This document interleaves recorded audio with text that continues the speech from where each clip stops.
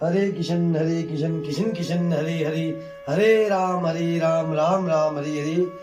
ओम नमः भगवते वासुदेवाय, ओम नमः भगवते वासुदेवाय, ओम नमः भगवते वासुदेवाय।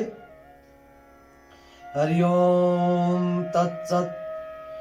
हे मेरे कान्हा, हे मेरे ईश्वर, हे प्रभु, हे मेरे परमात्मा, श्री राम चरित्रमानस आपको समर्पित है। ओम नमः शिवाय। जय श्री राम जी की जय हो।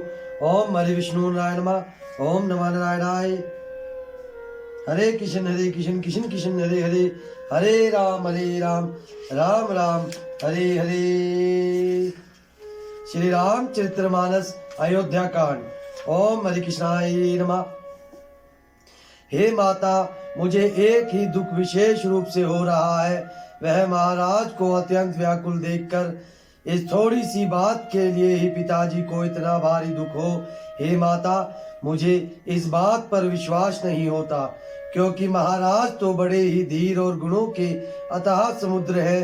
अवश्य ही मुझसे कोई बड़ा अपराध हो गया है, जिसके कारण महाराज मुझसे कुछ नहीं कहती।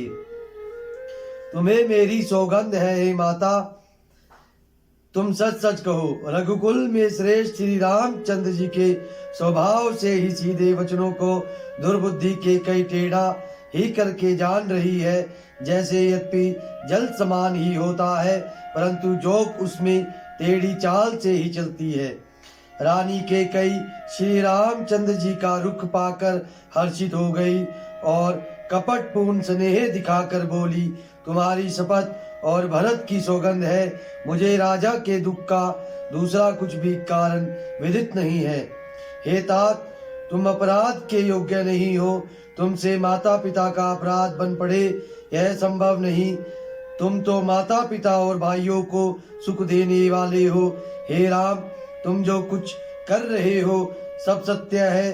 तुम पिता माता के वचनों के पालन में तत्पर हो। मैं तुम्हारी बलिहारी जाती हूँ। तुम पिता को समझकर मेरी बात कहो, जिससे चौथेपन बुढ़ापे में इसका अपयश ना हो। जिस पुण्य ने इनको तुम जैसे पुत्र दिए हैं, उसका निरादर करना उचित नहीं।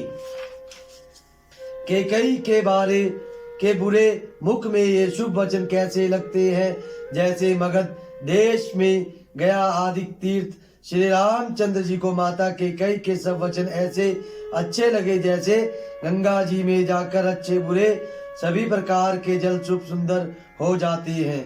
इतने में राजा की मूर्छा दूर हुई। उन्होंने राम का स्मरण करके राम राम कहकर फिरकर करवट ली। मंत्री ने श्री रामचंद्र जी का आना कहकर समय अनुकूल विनती की। जब राजा ने सुना कि श्री रामचंद्र पधारे हैं, तो उन्होंने धीरज धर के नेत्र खोली। मंत्री ने संभाल कर राजा को बिठाया। राजा ने श्री रामचंद्र जी को अपने चरणों में पड़ते प्रणाम करते देखा। स्नेह से विकल राजा ने राम जी को हृदय से लगा लिया, मानो सांप ने अपनी खोई हुई मणि फिर से पा ली हो। राजा दशरथ जी श्री राम जी को देखते ही रह गए। उनके नेत्रों से आंसुओं की धारा बह चली। शोक के विशेष वश होने के कारण राजा कुछ कह नहीं सकते। वे बार बार श्री रामचंद्र जी को हृदय से लगाते हैं और मन में ब्रह्मा जी को मनाते हैं कि जिससे श्री रघुनाथ जी वन को ना जाए। फिर महादेव जी का स्मरण करके उनसे निहोरा करते हुए कहते हैं, हे सदाशिव, आप मेरी विनती सुनिए। आप आशुतोष शीघ्र प्रसन्न होने वाले और अवधरदानी मोह मांगा दे डालने वाले हैं। अतः मुझे अपना दीन सेवक जानकर मेरे दुख को दूर कीजिए। आप प्रेरक रूप से सबके हृदय में हैं। आप श्री रामचंद्र जी को ऐसी बुद्धि दीजिए जिससे वे मेरे वचन को त्याग कर और शील स्नेह को छोड़कर घर में रह जाए। जगत में चाहे अपयश हो या और सुयश नष्ट हो जाए, चाहे नया पाप होने से मैं नरक में गिरूं अथवा स्वर्ग चला जाए, पूर्ण पुण्यों के फलस्वरूप मिलने वाला स्वर्ग चाहे मुझे ना मिले, और भी सब प्रकार के दुसह दुख आप मुझसे सहन करा लें, और श्री रामचंद्र मेरी आंखों की ओट ना हो। राजा मन ही मन इस प्रकार विचार कर रहे हैं, बोलते नहीं। उनका मन पीपल के पत्ते की तरह डोल रहा है।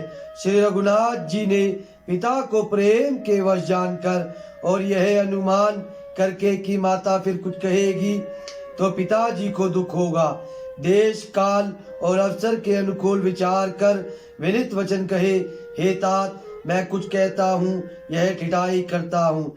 इस अनौचित्य को मेरी बाल्यावस्था समझकर क्षमा कीजिए। इस अत्यंत तुच्छ बात के लिए आपने इतना दुख पाया, मुझे किसी ने पहले कहकर यह बात नहीं जनाई।